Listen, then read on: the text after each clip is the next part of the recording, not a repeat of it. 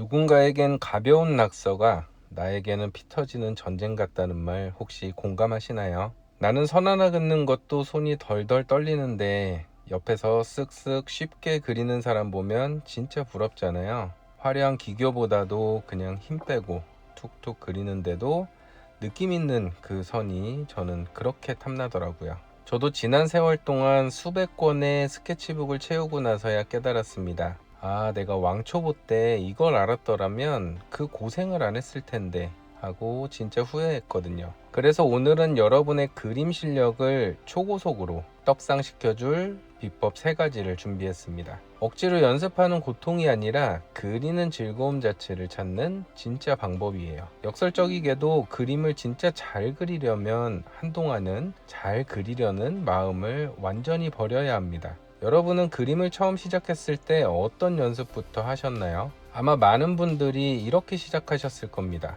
직선을 수백 번 긋고 동그라미를 그리고 명암 칸을 채우고 유튜브에서 본 선 연습을 따라하고 SNS에서 유명한 그림을 모작해 봅니다. 분명 열심히 했습니다.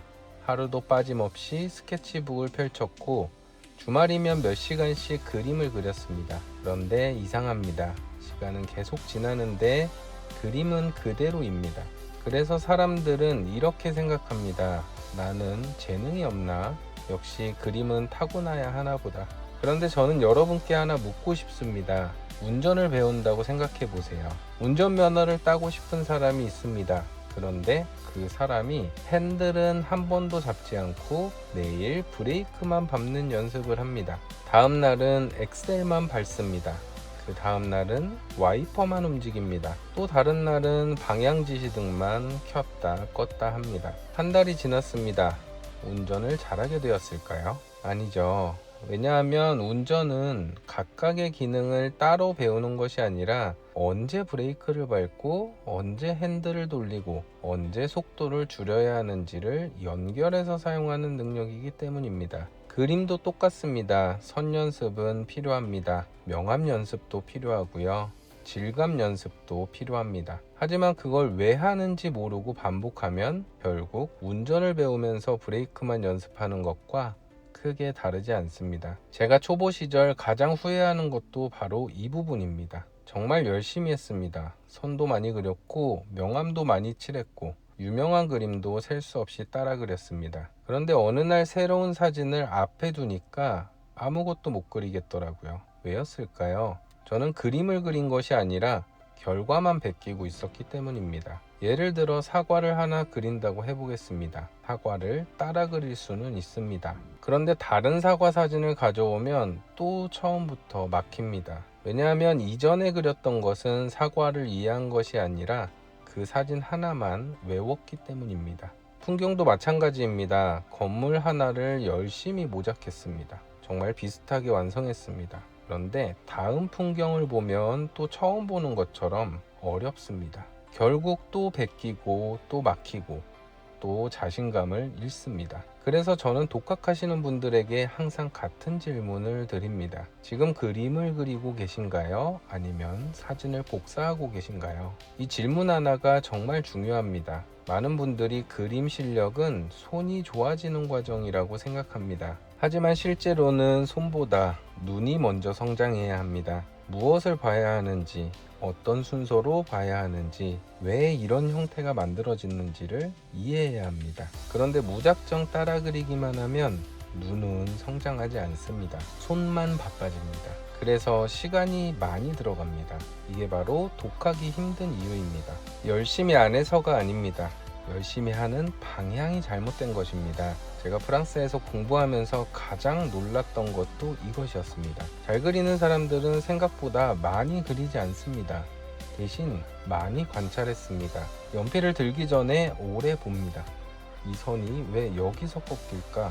왜 그림자가 이 방향으로 생겼을까?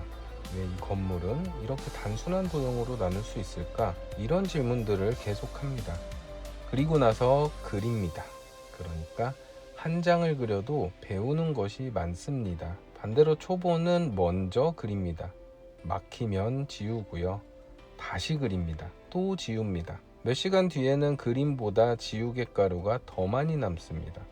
결국 중요한 것은 얼마나 많이 그렸냐가 아닙니다. 얼마나 많이 이해했느냐입니다. 그림은 손으로 그리는 것 같지만 사실 눈으로 배우는 취미입니다. 눈이 바뀌면 손은 자연스럽게 따라옵니다. 그래서 제가 처음부터 다시 그림을 배운다면 선을 무작정 반복하거나 모작만 계속하지 않을 것입니다. 먼저 왜 그리는지, 무엇을 배우는지, 이 연습이 어디에 연결되는지부터 이해할 것입니다. 그렇게 해야 같은 1시간을 연습해도 얻는 것이 완전히 달라집니다. 그림 실력이 초고속으로 늘어나는 사람들은 특별한 재능이 있는 사람들이 아닙니다.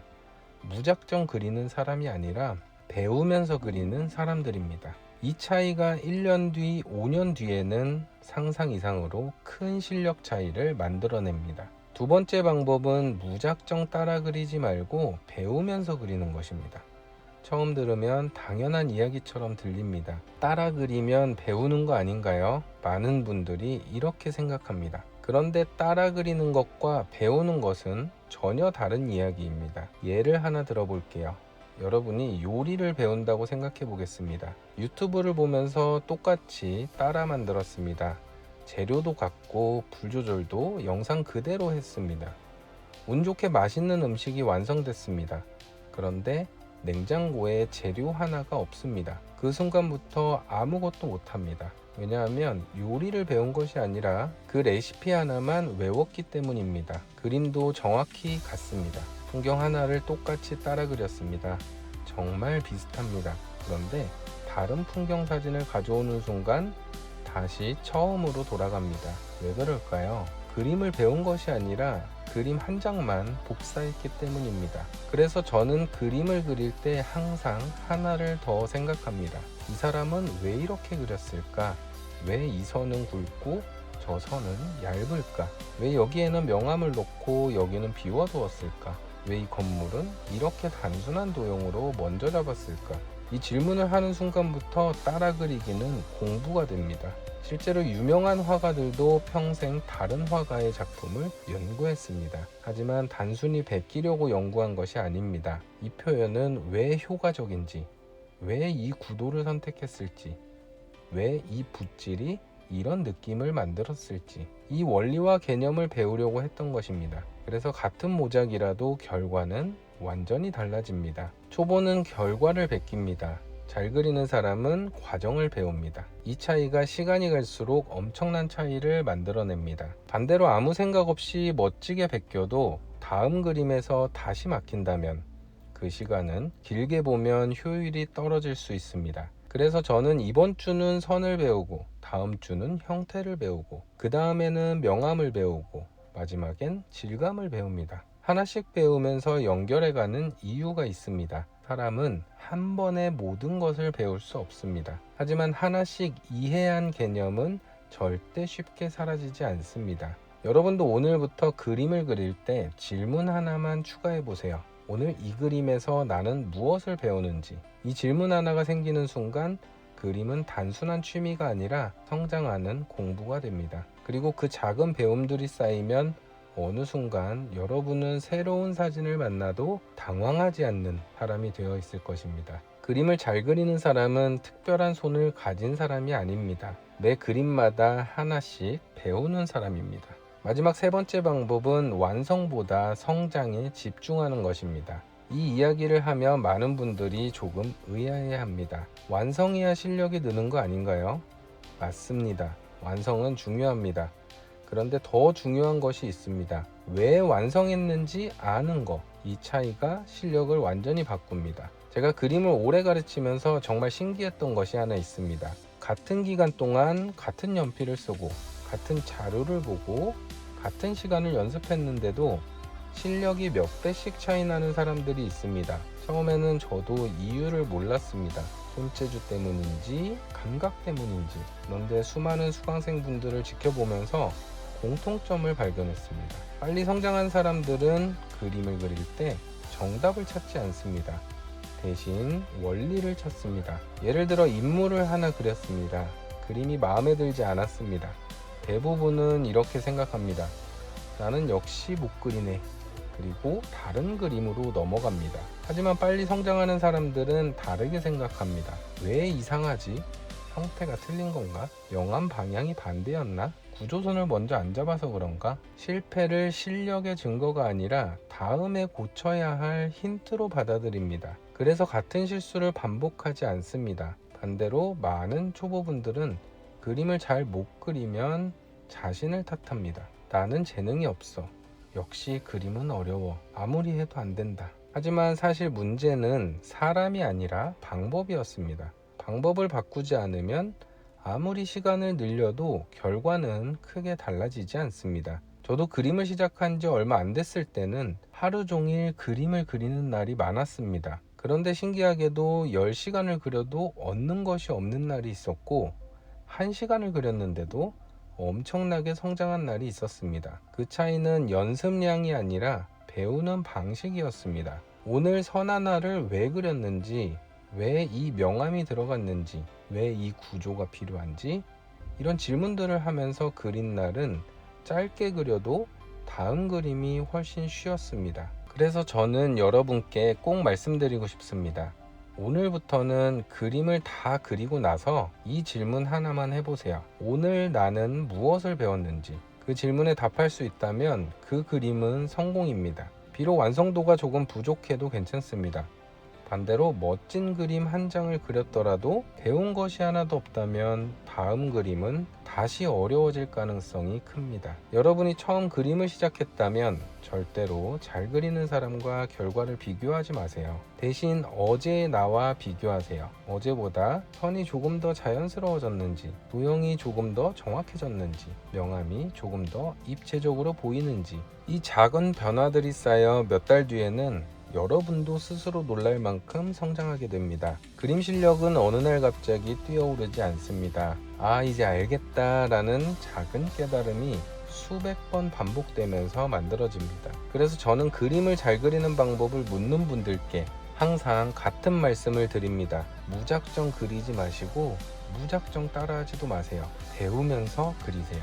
이 세 가지 차이가 결국 그림 실력을 가장 빠르게 성장시키는 비결입니다. 그림은 재능이 좋은 사람이 오래 하는 취미가 아닙니다. 배우는 즐거움을 아는 사람이 오래 하고 오래 하는 사람이 결국 가장 잘 그리게 됩니다. 여러분, 그림은 하루 만에 잘 그리는 취미가 아닙니다. 하지만 제대로 배우기 시작하면 생각보다 훨씬 빠르게 성장하는 취미입니다. 오늘 영상에서 말씀드린 세 가지 방법만 실천해 보세요. 무작정 그리던 시간이 배우는 시간으로 바뀌고 그림을 그릴수록 나도 늘고 있구나 라는 걸 직접 느끼실 수 있을 겁니다. 혹시 지금도 그림이 막막하시다면 고정 댓글에 있는 그림 잘 그리는 방법 영상도 꼭 이어서 시청해 보세요. 독학하면서 가장 많이 하는 실수와 해결 방법까지 자세하게 담아두었습니다. 영상이 도움이 되셨다면 구독과 좋아요 부탁드립니다. 그럼 다음 영상에서 더 알찬 내용으로 찾아뵙겠습니다. 여러분의 그림 취미 생활을 진심으로 응원합니다. 좋은 하루 되세요. 감사합니다.